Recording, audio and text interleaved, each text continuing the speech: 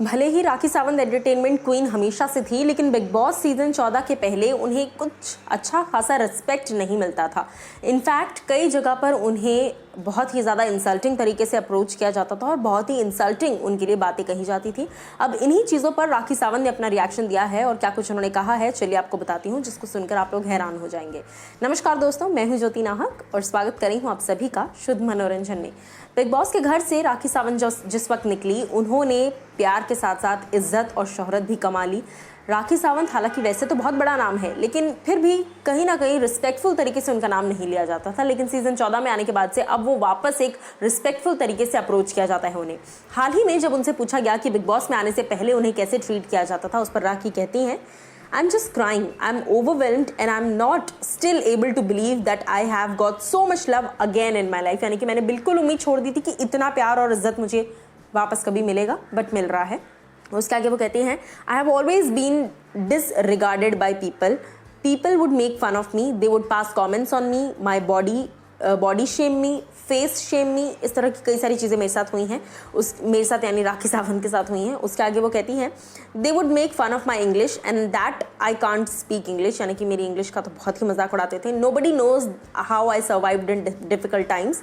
I was called ugly looking, fat, motor mouth, gutter mouth. I have taken everything with a pinch of salt and forgiven everyone. यानी कि बहुत कुछ मुझे कहा गया, लेकिन ये बात तो मैं भी राखी सावंत के बारे में डेफिनेटली आपको कहना चाहूँगी कि कहा बहुत कुछ गया उन्होंने, लेकिन हर चीज़ को उन्होंने एक कॉमेडी वाले वे में या मजाक वाले वे में या एक चटकारा लेकर उस बात को भुला दिया है और उन्होंने उन चीज़ों को अपने जहन से उतार दिया है। उसके आगे कहीं ना कहीं राखी सावंत पर हमेशा से ही ये भी इल्ज़ाम लगे कि वो जो भी करती हैं पब्लिसिटी के लिए करती हैं। उस पर वो कहती हैं, I always focused on my work and finally I have got all the love. I am unable to digest this love, कि इतना प्यार मिल रहा है। Everything seems like a dream and when I step out I get scared if all this love is admiration is true or not. उसके आगे वो कहती हैं, I get nervous कि अब क्या comment आएगा।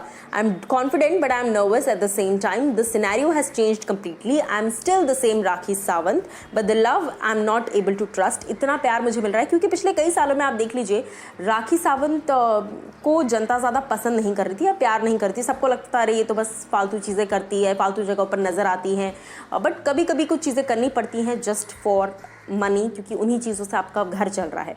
उसके आगे राखी कहती हैं, I feel it is dream when kids, women, girls and boys say they like me and they love me. So कहीं ना कहीं राखी ने अपनी तरफ से तो सारी चीज़ें बोल दी हैं और उसके साथ साथ राखी सावंत ने ये भी कहा कि अब जब लोग आकर मुझे कहते हैं ये सब तो अच्छा लगता है, तारीफ़ें जब करते हैं कि वो मुझे पसंद करते हैं, क्योंकि बहुत पहले बहुत सालों से इस चीज़ को मैं खो चुकी थी। But Rakhi Sawant is definitely back in the industry. और इस बात पर आप लोग क्या कहना चाहेंगे, आप लोग हमें बताइए कॉमेंट सेक्शन में।